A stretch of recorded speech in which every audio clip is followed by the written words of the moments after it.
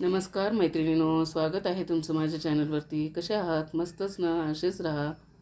आज आपण पाहणार आहोत जया एकादशीचं महात्म्य. व्हिडिओ शेवटपर्यंत ऐका आणि व्हिडिओ जर आवडला तर व्हिडिओला लाईक करा, शेअर करा. ज्याने सबस्क्राईब केलं नाही त्यांनी माझ्या चॅनलला सबस्क्राईब करा. चला तर मग अधिक वेळ न घालता व्हिडिओला सुरुवात करूया. युधिष्ठिराने विचारले, भगवन कृपा करून हे सांगा की माघ महिन्याच्या शुक्ल पक्षात कोणती एकादशी येते, तिचा विधी काय आहे आणि त्या व्रतात कोणत्या देवतेची उपासना केली जाते. भगवान श्रीकृष्ण म्हणाले, राजन, माघ महिन्याच्या शुक्ल पक्षात जी एकादशी येते तिचे नाव जया आहे. ती सर्व पापाचे हरण करणारी उत्तम तिथी आहे. ही पवित्र असून पापाचा नाश करणारी आहे आणि मनुष्याला भोग आणि मोक्ष प्रदान करते. एवढेच नव्हे तर ती ब्रह्महत्येसारख्या पापाचा व पिशाचत्वाचाही नाश करणारी आहे. हे व्रत केल्याने मनुष्याला कधी प्रेत योनीत जावे लागत नाही. यासाठी राजन प्रयत्नपूर्वक जया नावाच्या एकादशीचे व्रत केले पाहिजे. एकेकाळची गोष्ट आहे. स्वर्गलोकात देवराज इंद्र राज्य करीत होते. देवगण पारिजात वृक्षांच्या भरलेल्या नंदनवनात अप्सरा समवेत विहार करत होते. 50 कोटी गंधर्वाचे नायक देवराज इंद्राने स्वेच्छेने वनात विहार करून अगदी आनंदाने नृत्याचे आयोजन केले. त्यात गंधर्व गायन करीत होते, ज्यांच्यात पुष्पदंत, चित्रसेन आणि त्याचा पुत्र हे 3 मुख्य होते. चित्रसेनाच्या पत्नीचे नाव मालिनी होते. मालिनीला एक मुलगी होती जी पुष्पवंती नावाने प्रसिद्ध होती. पुष्पदंत गंधर्वाला एक मुलगा होता ज्याला लोक माल्यवान म्हणत असत. माल्यवान पुष्पवंतीच्या लावण्यावर अतिशय मोहित झाला होता. हे दोघेही इंद्राच्या समाधानासाठी नृत्य करण्यासाठी आले होते. या दोघांचे गायन चालले होते. यांच्याबरोबर अप्सरा देखील होत्या. परस्पर प्रेमामुळे हे दोघे मोहाला वश झाले.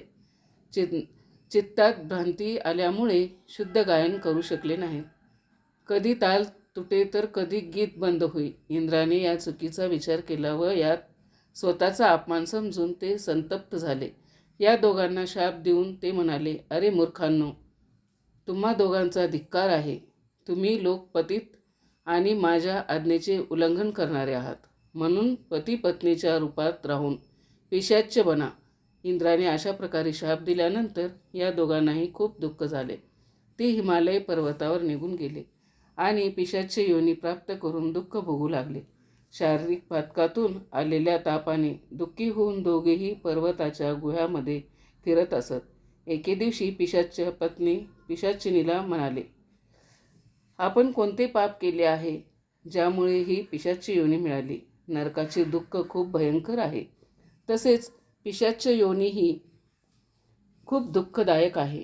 म्हणून पूर्ण प्रयत्न करून पापापासून स्वतःला वाचवले पाहिजे. अशा प्रकारे चिंताग्रस्त होऊन ती दोघेही दुःखामुळे सुकून चालली होती. दैवयोगाने त्यांना माघ महिन्यातील एकादशी तिथी प्राप्त झाली. जया नावाची प्रसिद्धी ती तिथी सर्व तिथीमध्ये उत्तम आहे. त्या दिवशी त्या दोघांनी सर्व प्रकारच्या आहाराचा त्याग केला. जलपानसुद्धा केले नाही. कोणत्याही जीवाची हत्या केली नाही. एवढेच नव्हे तर फळसुद्धा सेवन केले नाही. सतत दुःखाने त्रस्त होऊन ते एका पिंपळाच्या झाडाजवळ बसून राहिले. सूर्यास्त झाला. त्यांचे प्राण घेणारी भयंकर रात्र आली. त्यांना झोप आली नाही. ते रात्री किंवा इतर कोणतेही सुख घेऊ शकले नाही. सूर्योदय झाला. द्वादशीचा दिवस उजाडला. अशा प्रकारे त्या पिशाच्याद्वारे जयाच्या उत्तम व्रताचे पालन झाले. त्यांनी रात्री जागरणही केले होते. त्या व्रताच्या प्रभावाने व भगवान विष्णूच्या शक्तीने त्या दोघांचे पिशाचत्व दूर झाले. पुष्पवती व माल्यवान आपल्या पूर्वरूपात आले. त्यांच्या हृदयात तोच जुना स्नेह उचंबळत होता. त्यांच्या शरीरावर पूर्वीप्रमाणेच आभूषणे शोभून दिसत होती. ती दोघे सुंदर रूप धारण करून विमानात बसली आणि स्वर्गलोकात निघून गेली.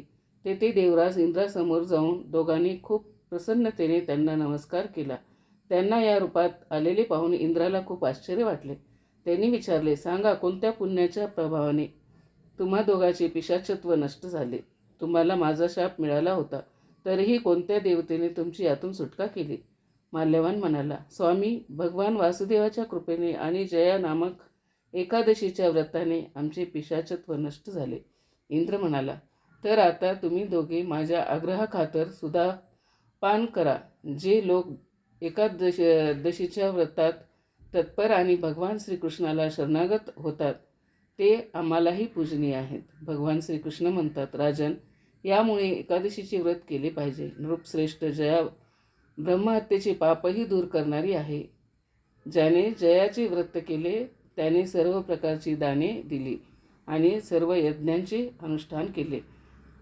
या महात्म्याच्या श्रवणाने व पठणाने अग्निष्टोम यज्ञाचे फळ मिळते.